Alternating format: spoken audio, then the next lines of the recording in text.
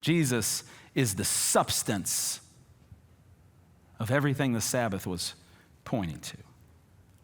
Everything the Sabbath year and Jubilee were pointing to have now arrived in Jesus.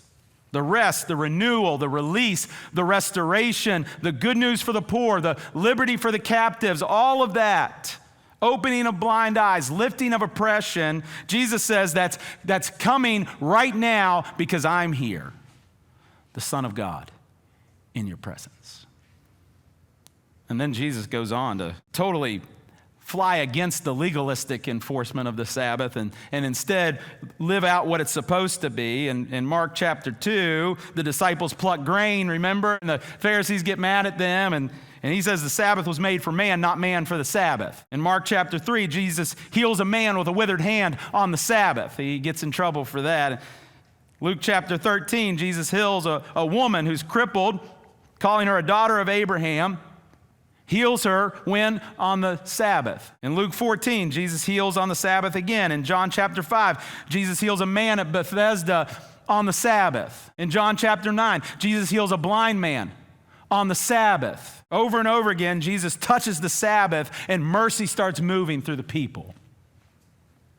The pattern is clear. Jesus does not reject the Sabbath. He reveals that its purpose is fulfilled in him. That it's not some legalistic set of rules, but it is a place where mercy is experienced and embodied among the people of God.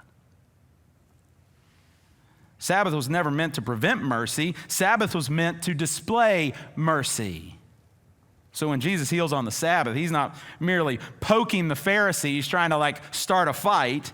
He's saying this is what the Sabbath is all about: restoration, renewal, wholeness.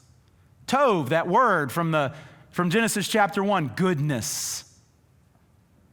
Mark 2:28, this is Jesus' words. He says, the Son of Man, myself, he's saying. Jesus saying, I am the Lord, even of the Sabbath. And he's the fulfillment of it too. Colossians 2:16 and 17 says, therefore, this is Paul writing to the church at Colossae, he says, therefore, let no one pass judgment on you in question to food or drink, or with regard to a festival or a new moon or a Sabbath. What he's saying is don't start measuring every little thing that somebody does. Don't start counting how many minutes somebody gave to Sabbath rest. Don't get nitpicky. It's not meant to be some legalistic idea.